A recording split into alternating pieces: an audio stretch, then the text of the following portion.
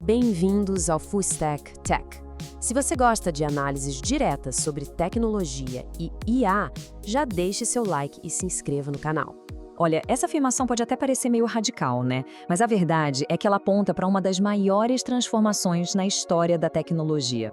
A natureza de como a gente cria software está mudando, e muito.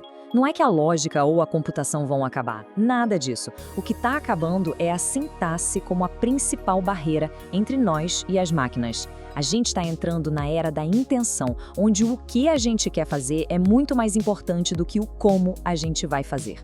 E essa é a pergunta central de tudo isso. A resposta, bom, ela redefine completamente os papéis, as ferramentas e até a economia do software. O valor não está mais em saber a sintaxe de uma linguagem de programação, mas sim na clareza do pensamento estratégico, na capacidade de descrever exatamente o resultado que se espera. Mas, vamos lá, essa revolução toda não aconteceu do nada, por acaso. Ela foi, na verdade, forjada por uma necessidade gigantesca do mercado, uma crise que tornou o jeito tradicional de desenvolver software simplesmente insustentável. 85 milhões. Esse número aí é o déficit projetado de talentos de tecnologia no mundo até 2030. É uma lacuna que seria impossível de preencher só com programadores tradicionais. Por quê? Porque a demanda por soluções digitais explodiu de um jeito que a gente simplesmente não consegue formar especialistas na mesma velocidade. E aqui está o coração do problema. As empresas precisam de mais software e precisam para ontem. Só que os departamentos de TI já estão sobrecarregados, com uma fila de projetos que não acaba mais. Essa pressão toda foi o catalisador perfeito para uma mudança de paradigma. A indústria precisava, desesperadamente, de uma nova forma de construir. O resultado a gente vê claramente aqui, um abismo entre o que o negócio precisa e o que a TI consegue entregar. E foi exatamente nesse abismo que surgiram as ferramentas que estão redesenhando todo o cenário de desenvolvimento. E para fechar essa lacuna, surgiram novas tecnologias. Primeiro, o low-code, no-code e agora, conceitos como vibe coding e agentes de IA. E olha, isso não é só uma evolução não, é uma ruptura total com o passado. O tal do vibe coding talvez seja o exemplo mais claro dessa nova era. A habilidade principal aqui não é mais conhecer Python ou JavaScript a fundo. A grande habilidade passa a ser a capacidade de descrever de forma muito clara e precisa o que você quer construir.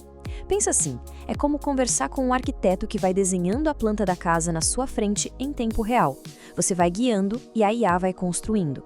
Essa é a virada de chave fundamental. A gente sai da execução técnica pura para entrar na engenharia de intenção.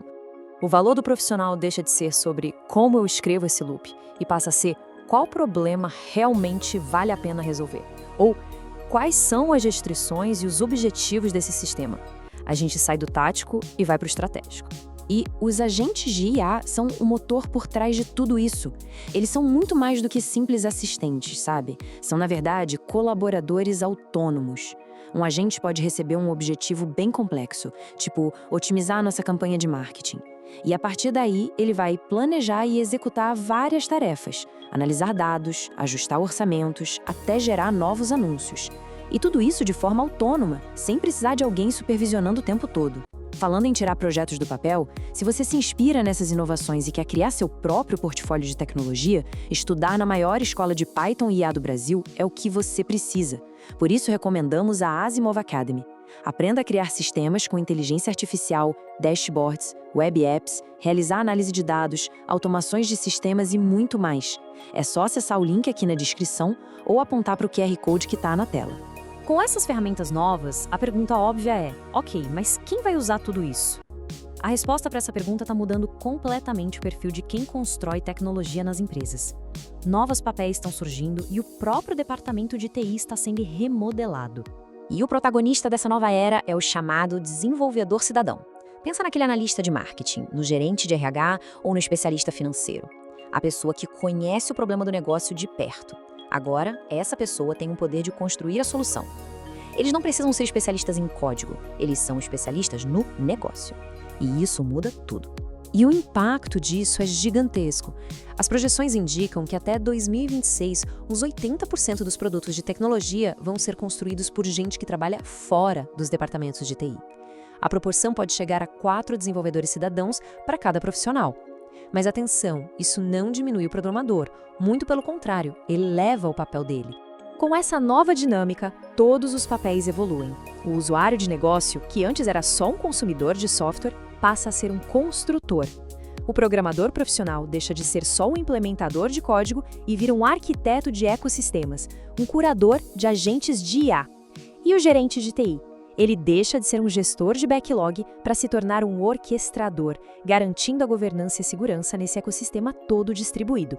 É claro que uma mudança desse tamanho traz um impacto econômico enorme, mas também traz desafios novos e bem complexos que precisam ser gerenciados com muito cuidado.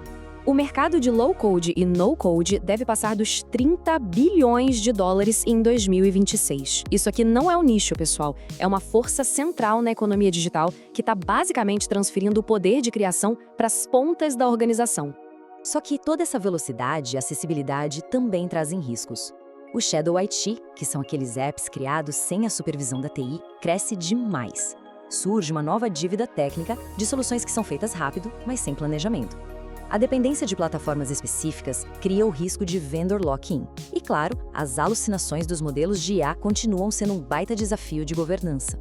No final das contas, o que a gente está vendo é a abstração da complexidade técnica. A máquina está assumindo a execução, mas isso não nos torna obsoletos. Muito pelo contrário. Isso nos força a focar naquilo que é unicamente humano, definir bem os problemas, ter visão estratégica e, principalmente, ter a criatividade para imaginar o que deve ser construído. O futuro não é sobre escrever código, é sobre projetar resultados. Obrigado por assistir o vídeo de hoje. Se esse vídeo te ajudou, não se esqueça de deixar o like e se inscrever para não perder a próxima análise. Até a próxima!